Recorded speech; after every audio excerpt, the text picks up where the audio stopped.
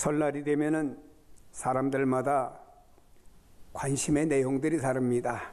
아이들이 어른들한테 세배하니까 어른들께서 봉투 하나씩을 주었습니다. 아이들은 나와서 봉투를 열어보고는 얼마 들었다 이렇게 관심을 갖고, 오늘 토탈 세뱃돈이 얼마 들어왔다, 이거 가지고 뭘 해야 되겠다 이렇게 계산까지 해 나가는 어린아이들도 있고, 어떤 아이는 내가 뭘 금년에 세뱃돈 갖고 사기로 했는데 이 세뱃돈이 아직 미달이다, 이런 아이들까지 있다고 하면서 어린아이의 관심도가 어디 있는가를 보게 됩니다. 부모님의 관심은 다릅니다. 자녀들이 모처럼 모여서 화기애애하게 대화도 나누고 모여서 식사를 하는 모습을 부모님은 보기만 해도 흐뭇해하며, 부모님의 관심은 모든 자녀들이 다 모여있는 그곳에 관심을 두고 있는 모습을 보게 됩니다. 사람들마다 자기가 좋아하는 것에 관심을 두고 살아갑니다. 그래서 이 세상에 비슷한 성향 사람들끼리 모임을 갖게 됩니다. 노는 것을 좋아하는 사람은요, 자기들끼리 모여서 오늘 어느 맛집에 갈까, 다음에는 어느 맛집에 갈까, 이래가면서 놀고 먹는 이 모임도 있답니다. 그런가 하면 어떤 사람들은 의미 있는 삶을 살기 위해서 이 사회에 뭔가 봉사의 의미를 두고 우리가 어떤 일에 봉사할까 해서 봉사단체를 만들어서 그 봉사하는 일에 함께 모여서 함께 봉사하고 함께 그 안에서 기쁨을 나누는 사람들도 있습니다. 어떤 사람들은 음악을 듣는 걸 좋아해서 모여가지고 자기들이 좋아하는 음악을 듣고 서로 음악에 대한 평가도 나누면서 음악을 좋아하는 모임도 있습니다. 요즘에는 많은 사람들이 운동을 좋아하죠. 그래서 운동도 모임이 있습니다. 그래서 골프를 좋아하는 사람들은 골프 모임이 있고, 또한 어떤 사람은 등산을 좋아하는 사람들은 등산 산악회 모임도 있고, 다양한 그 운동의 그 모임을 가지고 또 체육 활동에 건강에 도움을 얻으려는 사람들이 많이 있습니다. 사람에게 관심이라고 하는 것은 매우 중요한 것입니다. 관심은 그 사람의 일부이고, 우리가 그 사람을 알고자 할 때 그 사람의 관심이 무엇이냐로 그 사람이 어떤 사람인가를 파악해 볼 수가 있는 것입니다. 교회도 관심에 따라서 사람들이 모임을 갖게 됩니다. 그 소그룹 모임이, 어떤 사람은 선교를 좋아하면은 선교 좋아하는 사람들끼리 모여서 그 선교에 대한 대화를 나누고 선교지를 가보기도 하면서 하나의 소그룹을 만들게 됩니다. 찬양을 좋아하는 사람들은 또 모여서 새로 나온 신곡 찬양을 배우면서 연습하고 또 찬양의 그룹이 생기게 됩니다. 또 기도에 관심이 많은 사람들은 모여서 열심히 기도하는 그룹도 있습니다. 봉사를 좋아하는 사람들은 모여서 봉사에 관심을 갖기도 하죠. 그러나 교회에 다양한 어떤 모임, 소그룹이 있을 수도 있습니다만은, 그러나 목적은 하나, 똑같이 되어져야 됩니다. 우리가 어떤 소그룹의 모임이든지 간에 그 모임의 중심이, 목적이 같아야 되는데, 그것은 하나님의 영광을 위한 목적이어야 됩니다. 찬양을 해도 하나님의 영광, 또 선교해도 하나님의 영광, 봉사해도 하나님의 영광이어야 되지, 자기들이 취미 활동의 모임이나 자기들끼리 성향에 맞는 사람끼리 모여서 인간의 교제는 나눈 모임이 되면 하나님께서 좋아하지 않으실 겁니다. 여러분, 교회는 사람들이 모이죠. 그래서 함께 모여서 예배하고 훈련받고 교제하고 봉사하고 선교하는 것, 그리고 함께 교제하는 것이 교회의 목적이 되는 것입니다. 이것이 교회에 대한 예수님의 관심이 되기도 하는 것입니다. 근데 여러분, 이런 모든 그 관심에는 균형을 이루어야 됩니다. 어느 교회들이 한쪽으로만 치우치다 보니까 한쪽은 도외시하는 경우가 많이 있습니다. 교회는 모든 면에 조화를 이루어야 됩니다. 어떤 사람은 기도가 좋아서 열심히 기도만 하다 보니까 신비주의에 빠질 수도 있고, 어떤 사람은 뜨거운 찬양에만 의지해서 찬양이 신앙의 전부야 해서 찬양만 하던 사람들은 감정주의에 빠지는 사람도 있음을 보게 됩니다. 여러분, 성경은 이 마지막 시대 때 사람들이 무엇에 관심을 갖느냐를 성경에 이렇게 말씀합니다. 말세에는 사람들이 자기를 사랑하고 돈을 사랑하고 세상을 사랑하고 쾌락 사랑하기를 하나님 사랑하기보다 더 좋아한다 그랬습니다. 이 마지막 시대 때 사람들은 세상을 사랑합니다. 참 세상 좋지요. 누릴 것도 많고 볼 것도 많습니다. 예, 우리가 세상에 살 것도 많고 또 백화점만 가도 우리가 전 먹고 싶은 것도 많고 사고 싶은 것도 얼마나 많고 우리가 비행기만 타도 여행 가고 싶은 지역이 얼마나 많은지 모릅니다. 이러다 보니까는 많은 사람들이 세상에 관심을 두게 되고 그 세상 관심에 자기의 모든 삶의 내용들을 빼앗기고 말게 되는 것입니다. 아이들은 스마트폰에 관심을 갖다 보니까 스마트폰에 있는 여러 가지 프로그램을 다 이용하려고 그 아이들이 많은 걸 배우다 보니까 스마트폰 만지면서 시간이 몇 시간 가는지도 모르고 어떤 아이는 먹는 것도 잊어버리고 계속해서 스마트폰을 몇 시간씩 아니 며칠씩 스마트폰에 매달려 중독된 아이도 있다고 하는 이야기를 들어봤습니다. 그렇습니다. 이 마지막 시대 때는 사람들이 이런 세상의 여러 가지에 빠지게 됩니다. 그런데 우리 그리스도인들의 목적과 우리들의 관심은 좀 더 영적이며 신령한 일에 관심을 가져야 되는데 오늘날 많은 그리스도인들이 교회 와서 예배는 드리지만 교회만 벗어나면 역시 크리스찬들도 똑같이 세상 사람들처럼 세상 일에만 관심을 가지고 거기에 빠져 사는 사람들이 하나둘이 아닌 것입니다. 여러분 오늘 성경에 보니까 미가 선지는 당시 하나님의 백성들의 생각과 하나님 생각이 얼마나 다른가를 우리에게 말씀하고 있습니다. 당시에 그 사람들은 어떻게 하면 우리가 하나님의 관심에 우리가 들어갈 수가 있을까 해서 이런 생각들을 해봤습니다. 6절에 보니까 내가 무엇을 가지고 여호와 앞에 나가며 높으신 하나님께 경배할까? 내가 번제물로 1년 내 송아지를 가지고 그 앞에 나갈까? 여호와께서 천천의 수양이나 만만의 강물 같은 기름을 기뻐하실까? 내 허물을 위하여 내 맏아들을 내 영혼의 죄로 말미암아 내 몸의 열매를 드릴까? 이 사람들 어떻게 하면 하나님 기뻐하실까? 어떻게 하면 우리가 하나님의 관심 속에 우리가 들어갈 수가 있을까? 생각하다 보니까 이들은 이렇게 생각했습니다. 우리가 하나님께 제사 예배를 드려야 되는데 우리가 어떤 제물을 가지고 갈까? 흠없는 1년 된 송아지를 제물로 가지고 가서 하나님께 드리면 하나님 기뻐하실까?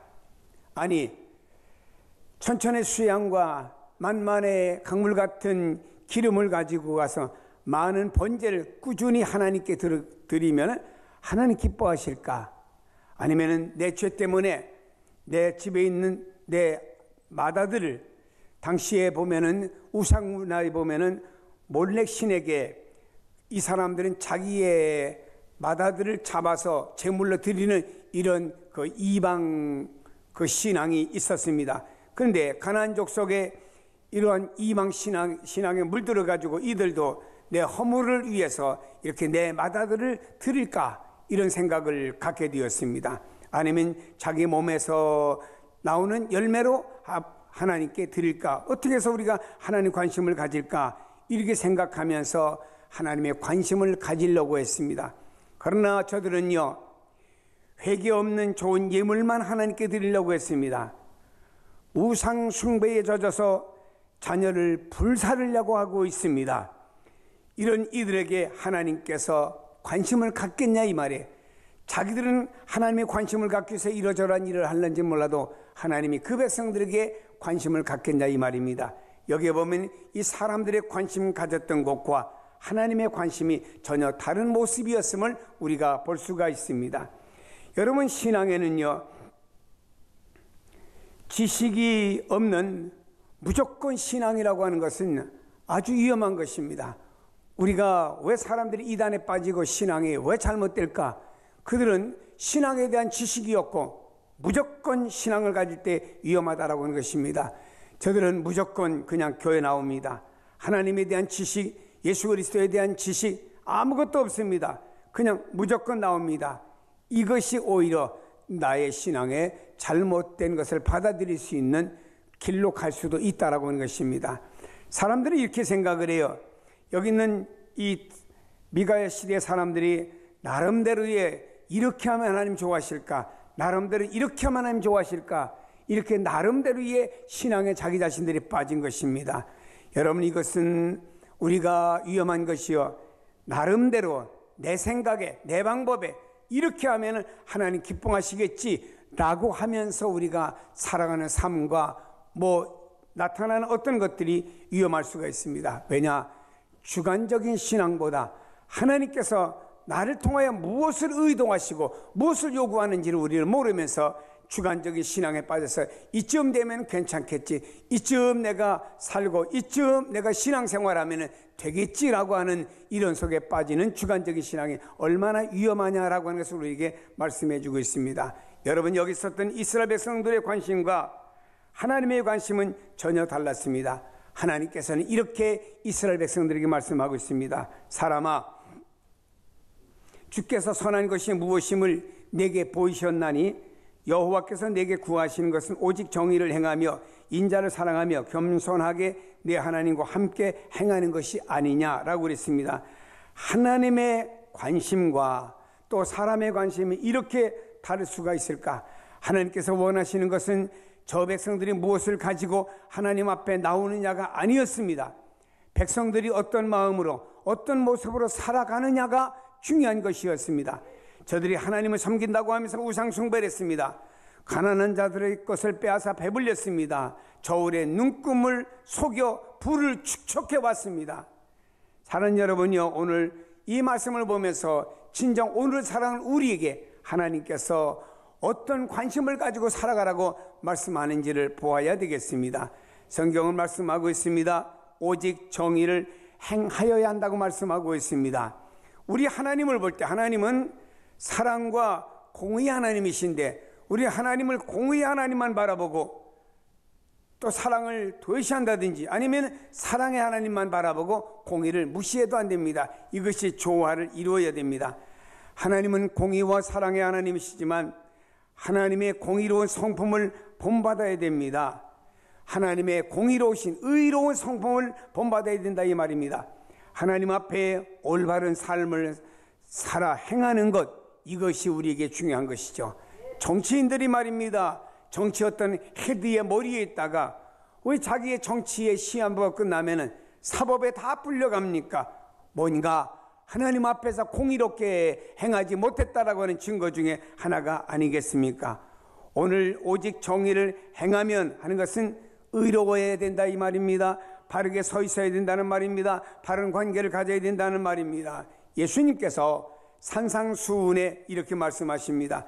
나는 너희에게 이르노니 형제에게 노하는 자마다 심판을 받게 되고 형제를 대하여 라가라는 자는 공의에 잡혀가게 되고 형제를 미련한 놈이라는 자는 지옥불에 들어가게 되리라. 그러므로 예물을 제단에 드리려다가 거기서 네 형제에게 원망 들을 만한 일이 생각나거든 예물을 제단 앞에 두고 먼저 가서 형제와 화목하고 그 후에 와서 예물을 드리라라고 말씀합니다. 바로 의의 문제를 주님이 지적하신 거예요. 형제에게 혹은 자매에게 아픔을 주고 상처를 주고 하나님 앞에 나와 예배 드리는 것 하나님 받으시겠냐 이 말이에요. 하나님 앞에 나올 때 가장 중요한 것, 먼저 갖춰야 될 것은 뭐냐? 올바른 관계성이라고 하는 것입니다.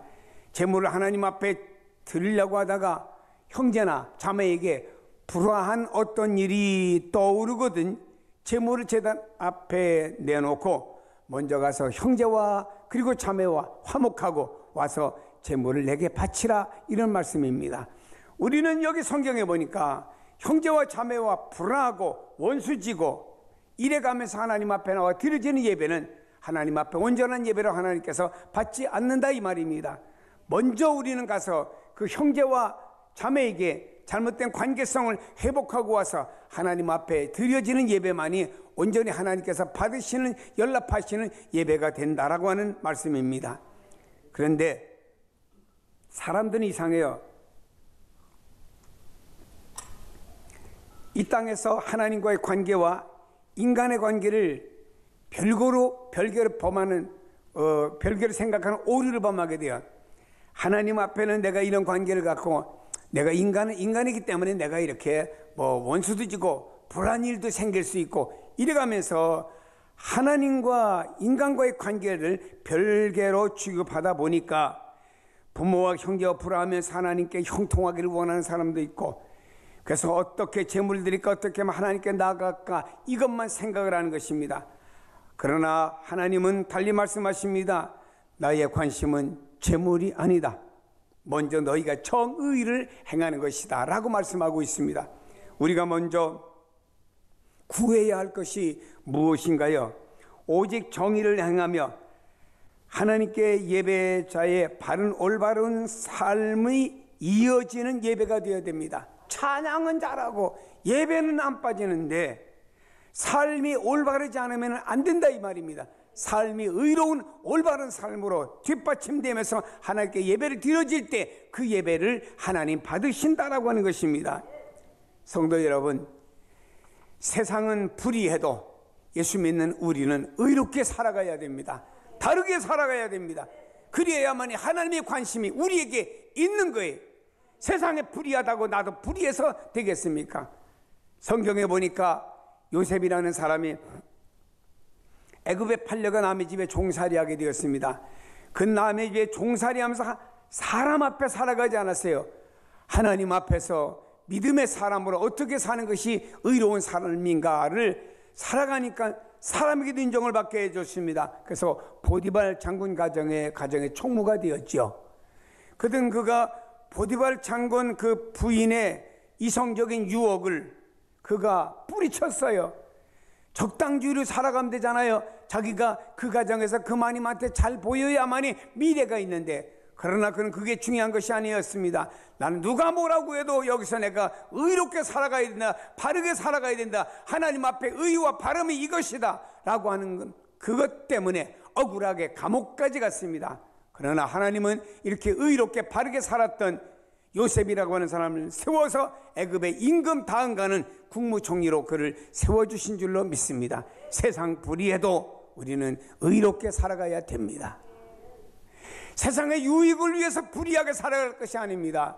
세상의 것 좀 우리가 덜 취득한다고 해도 우리는 하나님 앞에서 의롭게 살아가는 것이 우리 삶의 목적이 되어질 때 하나님의 관심이 바로 나에게 임한다고 하는 것입니다. 토마스 왓슨이라는 사람은 이렇게 말했습니다. 성도의 내면은 믿음으로 하나님께 인정받는 것도 있지만 외적으로는 선한 행실로 사람에게 또 하나님께 인정을 받아야 된다라고 하는 말이 있습니다. 에브라함 링컨은 이렇게 고민하게 되었습니다. 하나님께서 백인이든 흑인이든 하나님이 창조하셨는데 왜 흑인은 백인의 집에서 노예살이를 해야 되냐 이 말이에요. 그래서 그는 미국의 대통령이 되면서 흑인도 해방되어서 백인이나 흑인이나 똑같이 인권으로 하나님 앞에서 보장받아야 된다고 해서 흑로 해방시키는 놀라운 역사를 정치인으로서 과감하게 용단을 내리게 되었습니다. 이게 너무 고마워서 흑인들의 집에 가면은요, 링컨의 사진이 다 걸려 있습니다. 이게 관습이 되어서 오늘까지도 어떤 흑인들의 가정에는 링컨의 사진이 걸려 있답니다. 왜냐? 고맙지 않습니까? 여러분, 믿음의 사람들은요, 이렇게 하나님 앞에서 동일한 삶 속에서 좀 다름이 우리에게 의가 나타나야 된다는 것입니다. 시편 33편 5절에 그는 공의와 정의를 사랑하시며 세상에는 여호와의 인자하심으로 충만하도다. 여호와의 인자하심으로 충만하기 위해서는 공의와 정의를 사랑해야 된다라고 말씀했고 있고요. 시편 106편 3절에 정의를 지키는 자들과 항상 공의를 행하는 자마다 복이 또다. 이 땅에 진정한 하나님 주시는 복이 누구에게 있느냐? 그것은 정의를 지키는 자들과 공의를 행하는 자가 하나님께 복받을 사람들이라 이 말입니다. 여러분, 우리가 생각해야 됩니다. 내가 나름대로 예수를 잘 믿는데 내가 왜 하나님께 복을 못 받는가? 혹시라도 내가 정의를 지키지 않고 공의를 행하지 않고 이 땅에서 하나님의 백성으로서 의롭게 살고 있지 않는가를 한번 돌아보세요. 거기에 하나님의 복이 또 차원이 달라진다라고 하는 것입니다. 잠언 21장 3절에 말씀합니다. 공의와 정의를 행하는 것은 제사 드리는 것보다 여호와께서 기뻐 받으시느니라.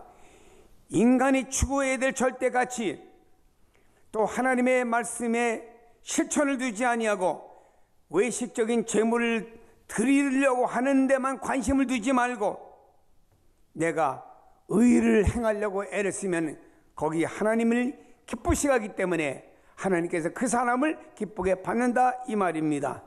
여러분, 우리의 진정한 가치가 무엇인가? 우리는 하나님의 말씀을 실천하는데 그 실천이라고 하는 것은 바로 의를 행하는 데 두어야 된다 이 말입니다. 그때 하나님께서 나를 기뻐 받으시는 줄로 믿습니다. 역사에도 보면 불의한 시대를 하나님이 심판하셨어요. 참다가 불의한 시대 때 노아의 홍수로 인해서 당시에 심판을 받게 되었습니다. 소돔 성에는 말이 의인 10명이 없어서 멸망을 받고 말았습니다. 성도 여러분, 세상은 너무너무나 살기는 좋아질는지는 모르지만 불의한 시대입니다. 이런 시대 가운데 여러분들은 예수 믿는 성도로서 의롭게 바르게 하나님 앞에 살아가려고 애쓸 때 하나님 여러분의 관심 두시고 그런 여러분이 하나님께 복받을 사람이 될 줄로 믿습니다. 다음에 성경이 이렇게 말씀합니다. 인자를 사랑하며 라고 말씀합니다. 여기 인자라고 하는 말은 윗사람이 아랫사람에게 베풀어주는 친절과 자비가 인자라고 하는 것입니다. 직장 상사가 직장 이렇게 밑에 있는 모든 사람들을 이렇게 섬겨줍니다. 친절 베풀어주고 또 먼저 커피도 빼주고 친절 베풀어주는 것, 이것이 인자라 이 말이에요. 가정에서 보면요, 부모가 자녀에게 베풀어주는 친절 있죠. 이것이 인자예요. 어떤 분 보고 제가 명절 잘 지내셨습니까? 그랬더니 그분이 금년에는 제가 아이들 집에 가서 명절을 지키고 왔대요. 애들도 있고 하니까 또 올라오기 복잡하니까 부모님이 내려가 준 거예요. 이게 부모님의 친절이에요. 이게 인자라 이런 말입니다. 우리는 아무런 자격이 없는 죄인이었습니다. 근데 하나님의 백성으로 우리를 삼아주시고 하나님의 긍휼과 자비하심과 인자를 체험하도록 우리를 해주셨습니다. 그렇다면 우리는 이제 이 인자하심을 받았기 때문에 다른 사람에게 인자하심을 실천해야 된다 이 말입니다. 예수님은 십자가의 사랑을 통해서 진정 하나님의 사랑이 무엇인지를 우리에게 보여주었습니다. 그럼 우리는 이런 하나님의 사랑을 받은 우리라고 하면 우리는 다른 사람을 불쌍히 여길 줄 알고 다른 사람을 긍휼히 여기는 실천적인 삶을 살아야 됩니다. 하나님은 겸손하게 하나님과 동행하기를 원하고 있습니다. 알아도 우리는 모르는 사람처럼, 우리는 가졌어도 없는 자처럼 이렇게 생각하면서 겸손하게 낮아져 갖고 하나님과 동행하는 신앙만이 하나님께서 기뻐하시고 그런 사람에게 관심을 두십니다. 하나님의 관심과 사람의 관심이 다르네요. 우리의 초점은 언제나 하나님을 향해야 됩니다. 어떻게 하면 하나님이 기뻐하실까? 어떻게 하면 하나님께 영광을 돌릴까? 어떤 것을 하나님 기뻐하실까? 항상 여기에 초점을 두어야 됩니다. 예수님께서도 항상 아버지에게 초점을 두었습니다. 그래서 그는 이렇게 기도했습니다. 아버지여, 나의 원대로 마시고 아버지의 원대로 되어지기를 원합니다. 기도하시면 십자가의 길을 자원해서 가셨습니다. 하나님의 초점을 가지고 세상을 보며 우리의 삶의 초점이 바로 거기에 맞춰져야 됩니다. 하나님의 관심과 사람의 관심이 달랐습니다. 여러분이 우리는 하나님이 관심 두는 일에 우리도 관심 둘 수 있는 성도가 되기를 예수 이름으로 축원합니다.